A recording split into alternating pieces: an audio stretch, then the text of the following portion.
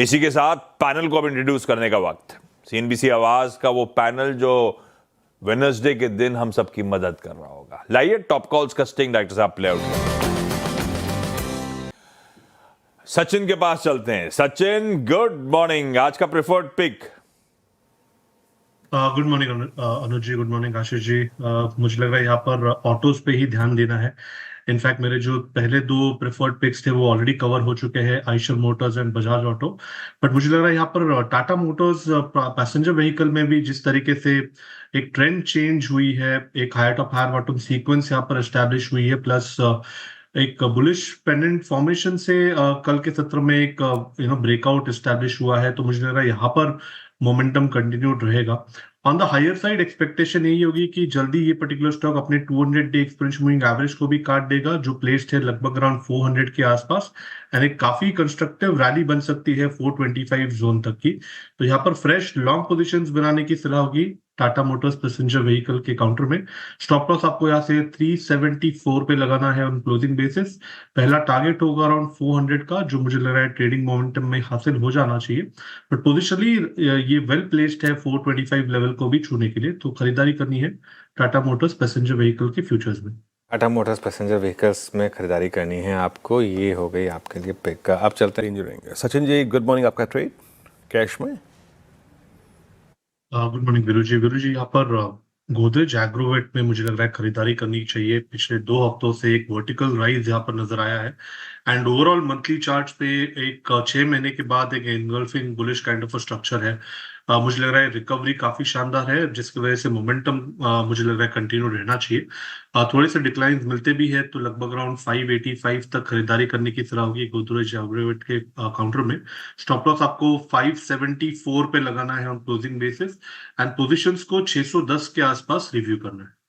Okay Sachin ji, आपका trade.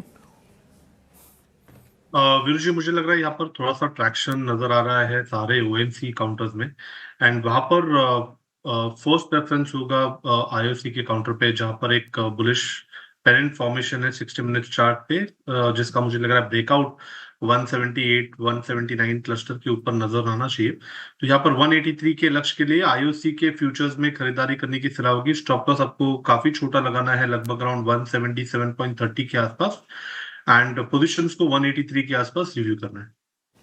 Okay, IOC अच्छा लग रहा है सचिन जी को, यहाँ पे खरीदारी की राय उनकी तरफ से।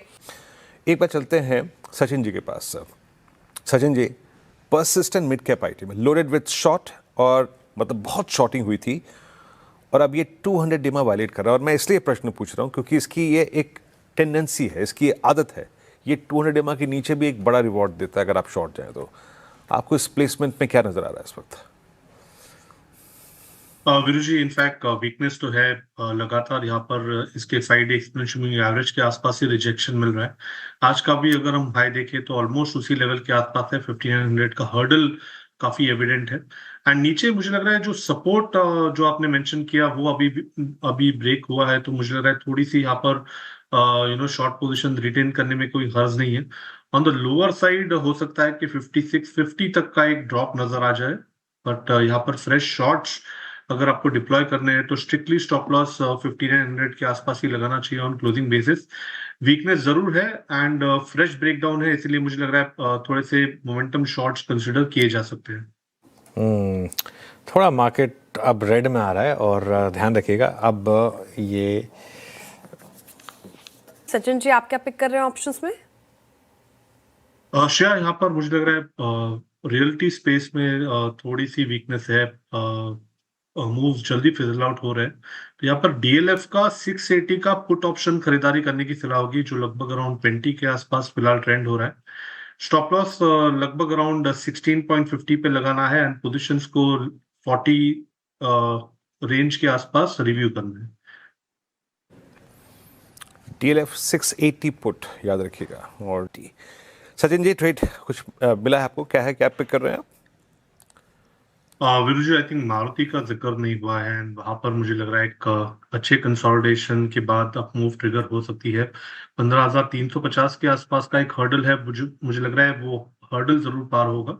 ऑन द हायर साइड एक अच्छा मोमेंटम सेटअप है, हो सकता है कि पर्टिकुलर रैली 15,670 तक भी एक्सटेंड हो जाए।